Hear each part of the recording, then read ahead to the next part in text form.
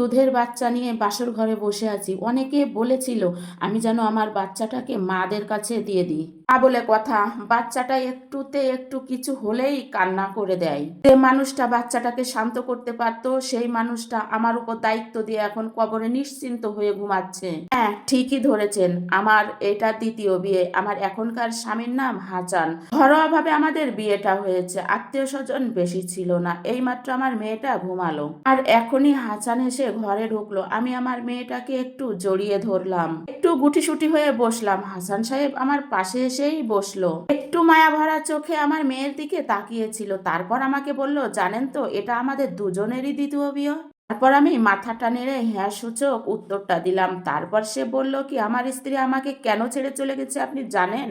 আমার স্ত্রীর সঙ্গে আমার 7 বছরের প্রেম ছিল, আমাদের সংসারটা ভালোই চলছিল। তারপর তাকে কোনোদিন মাতৃত্বের সুখ দিতে পারবো না বলে সে আমাকে ছেড়ে চলে গিয়েছে। তারপর সে বলল কি, আচ্ছা এবার বলুন তো আপনার মেয়েটার নাম কি? বললাম আমি, মাইশা। হাসান সাহেব বলে উঠলো, বাহ, দেখতেও সুন্দর, নামটাও তো বেশ সুন্দর। হাসান সাহেব বলল, ওকে তুলে একটু আমার কোলে দিন তো। এ কথা শুনে আমার চোখটা যেন টলমলো করে উঠলো।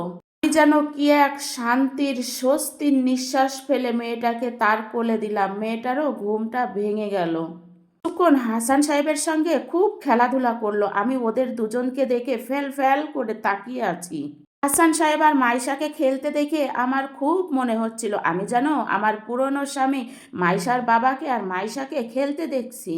হাসান সাহেব আমাকে বলল, জানেন আমারটা মেয়ে বাচ্চার খুবই শখ ছিল। আমি প্রায়ই নূপুরকে বলতাম আমাদের যদি বাচ্চা হয় তাহলে যেন একটা আমাদের মেয়ে বাচ্চা হয়, কিন্তু কে জানতো আমাদের বাচ্চা আর হবেই না, আমার বাচ্চা দেওয়ার ক্ষমতাই নাই। হাসান সাহেব বলল, আপনি ঘুমিয়ে পড়ুন, আপনার উপর দিয়ে সারাদিন অনেক ধকল গেছে। কথা মতো আমি ঘুমিয়ে পড়লাম। মাঝরাতে আমার ঘুমটা ভেঙে গেল। তখন আমি ভাবলাম আমার মেয়েটার কিছু হলো কি না। এ কথা চিন্তা করতে করতে দেখি হাসান সাহেব আমার মেয়েটাকে জড়িয়ে ধরে নিয়ে ঘুমিয়ে আছে। আবার ভাবলাম যে একটা পরের মেয়েকে এত দ্রুত কিভাবে একটা লোক এত আপন করে নিতে পারে। এরপর ঘরে ঘুম থেকে উঠে দেখলাম হাসান সাহেব আর আমার মেয়ে কেউই ঘরে নেই। তাই দেখে আমার মনটা মোচড় দিয়ে উঠলো। তারপর ঘর থেকে তড়িঘড়ি করে দ্রুত বেরিয়ে এসে দেখলাম ওরা দুইজন বারান্দায় বসে আছে। হাসান সাহেব আমার মেয়েটাকে ঘুম পাড়ানোর জন্য একটু চেষ্টা করছে। হাসান সাহেব আমাকে দেখে বলল, নতুন ঘর পেয়ে খেলাধুলা করছিল, আপনার ঘুম ভেঙে যাবে বলে ওকে বারান্দায় নিয়ে চলে আসছিলাম, তো আপনি এখন একটু ফ্রেশ হয়ে নেন। তখন হাসান সাহেব বলল, আর একটা কথা আছে, আপনি কি আচার বানাতে পারেন? বেলের আচার।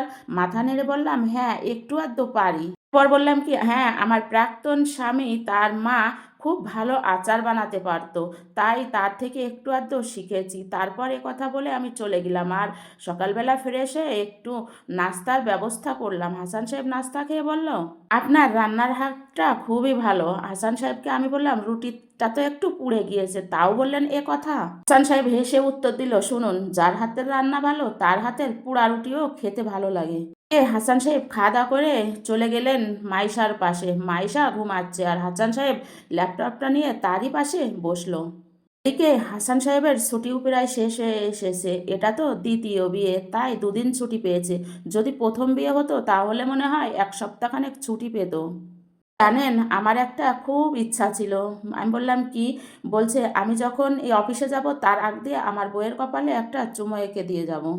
তবে আমার প্রাক্তন স্ত্রী এগুলো পছন্দ করতো না, বলতো এগুলো নাকি তার কাছে ন্যাকামি লাগে। আপনারও কি এগুলো অপছন্দ লাগে? আমি বললাম যে না। তারপর সে আমার কপালে একটা চুমো এঁকে দিয়ে চলে গেল অফিসের উদ্দেশ্যে রওনা হয়ে। দুপুরে যখন অফিসে লাঞ্চ টাইম দেয় তখন সে আমাকে বারবার ফোন করে, বলে তুমি কি করছো, তুমি কি এখন রান্না করছো, খাওয়া দাওয়া করেছি কিনা, মাইশাকে খাওয়াইয়েছি কিনা। তার এই কেয়ারিং খবরটা নেওয়া আমার খুবই ভালো লাগতো। অফিস থেকে ফেরার সময় মাঝে মধ্যে আমার জন্য রজনীগন্ধার ডাল নিয়ে আসতো আর একটা খোপা নিয়ে আসতো। মাইশাকে ডালটা দিত আর আমার খোপায় ফুলটা দিত। বলতেন, আমার মনে তোমাকে আর মাইশাকে দেখে কি যেন একটা শান্তি খুবই কাজ করে। এভাবে হাসি খুশিভাবে দিনগুলো খুবই ভালো চলছিল। 7 মাস চলে গেল আমাদের বিবাহিত জীবনটা। তোর হাসান সাহেব আমাকে খুবই ভালোবাসতো আর খুবই টেক কেয়ার করতো। আমার মেয়ে মাইশারও হাসান সাহেবের খুবই পছন্দ। সে তার বাবা বলতেই যেন পাগল। এভাবে আমাদের সংসারটা খুবই ভালোই চলছিল। তবে হঠাৎ করে একদিন তার প্রাক্তন স্ত্রী এসে হাজির। আমি রান্নাবান্না করছিলাম। জুম্মার দিন শুক্রবার হাসান সাহেব মসজিদ থেকে নামাজ পড়ে এসে মেয়ের সঙ্গে খেলা করছিল। করে কলিং বেলটা বেজে উঠল। নূপুর এসে হাজির। হাসান সাহেব জিজ্ঞাসা করলো, কি ব্যাপার?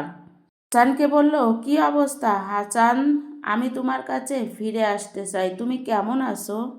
আমি রায়হানকে বিয়ে করার পর বুঝেছি যে আমি কি হারিয়েছি।